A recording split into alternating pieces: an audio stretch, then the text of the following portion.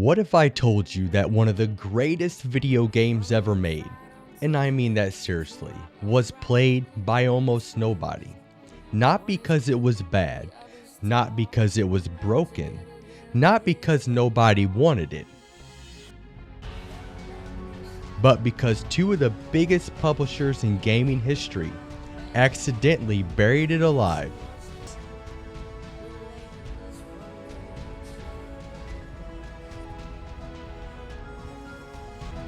This is the story of Titanfall 2, a game that critics called a masterpiece, a game that its own developers poured everything into, a game that sold so poorly on launch weekend that its studio nearly collapsed, and a game that, years later, refused to die.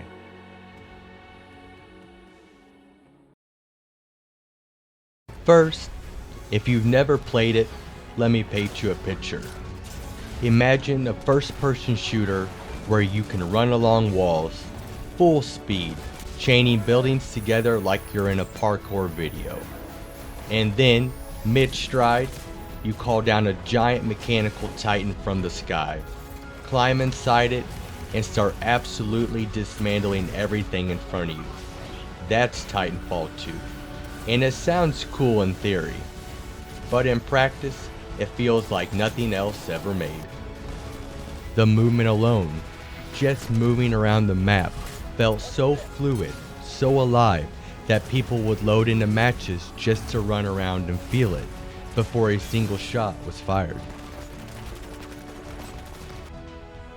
The campaign, which nobody expected anything from, turned out to be one of the most creative, emotionally surprising, single-player experiences in FPS history.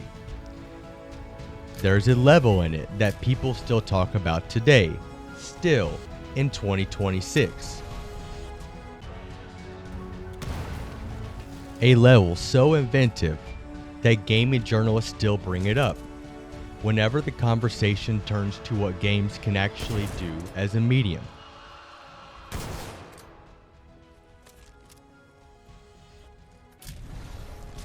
This was not a mediocre game that got overlooked. This was a masterpiece that got erased.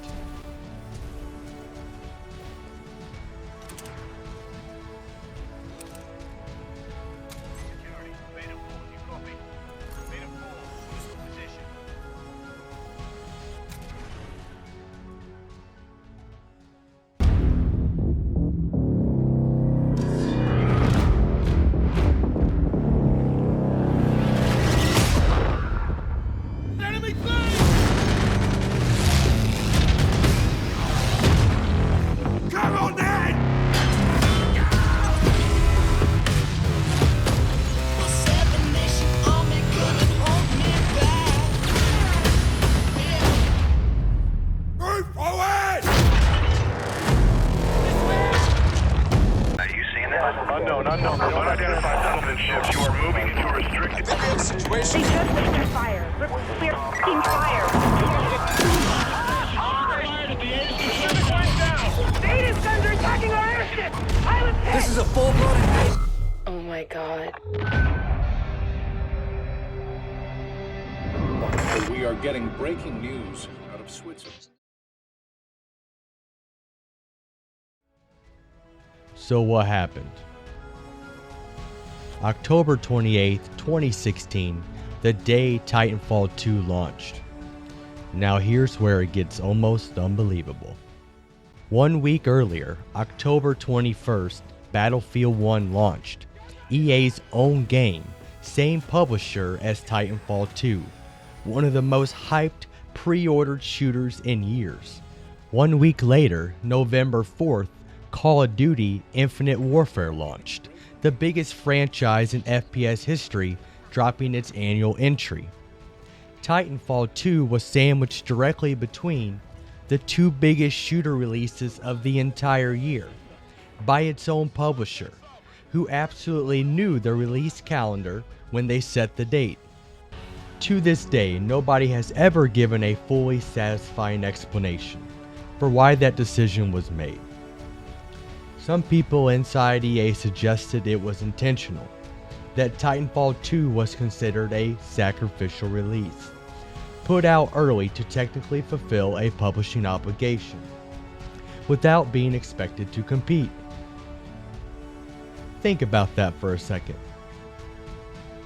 The developers at Respawn, many of whom had left Infinity Ward, the creators of the original Modern Warfare, poured years of their lives into this game, built something genuinely special, and the people writing the checks put it out to die. The numbers were brutal. Titanfall 2 sold less than half of what the original Titanfall did. Server populations cratered within weeks. By Christmas, finding a full lobby was already becoming a struggle. On paper, Titanfall 2 was dead. But here's where the story changes. Word of mouth is a slow burn, and Titanfall 2 had something that couldn't be killed by a bad launch weekend. It had people who actually played it, telling everyone who would listen that it was something special. The gaming press wouldn't stop talking about it. Top 10 list, Game of the Year conversations. YouTubers and streamers who had ignored it at launch started going back, recording their first playthroughs, uploading their reactions to that campaign level, and watching their audiences absolutely lose their minds in real time.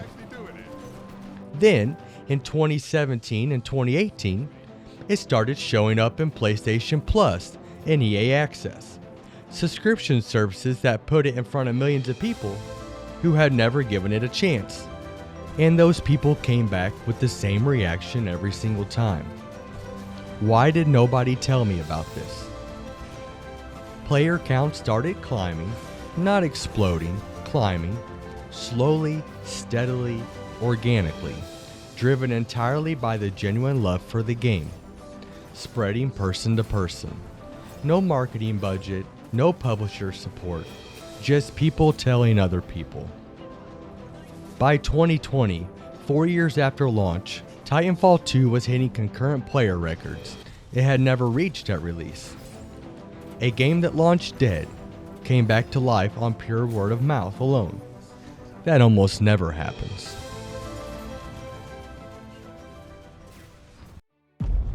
Liberation from the IMC brought chaos to the Outlands, and the revival of an old blood sport. There's a version of gaming history where Titanfall 2 launches in a different month, maybe February, maybe March, a quiet period with no competition. In that version, it sells 4 million copies in a week. It spawns sequels. It becomes a franchise. The movement system it pioneered becomes the industry standard, instead of a footnote.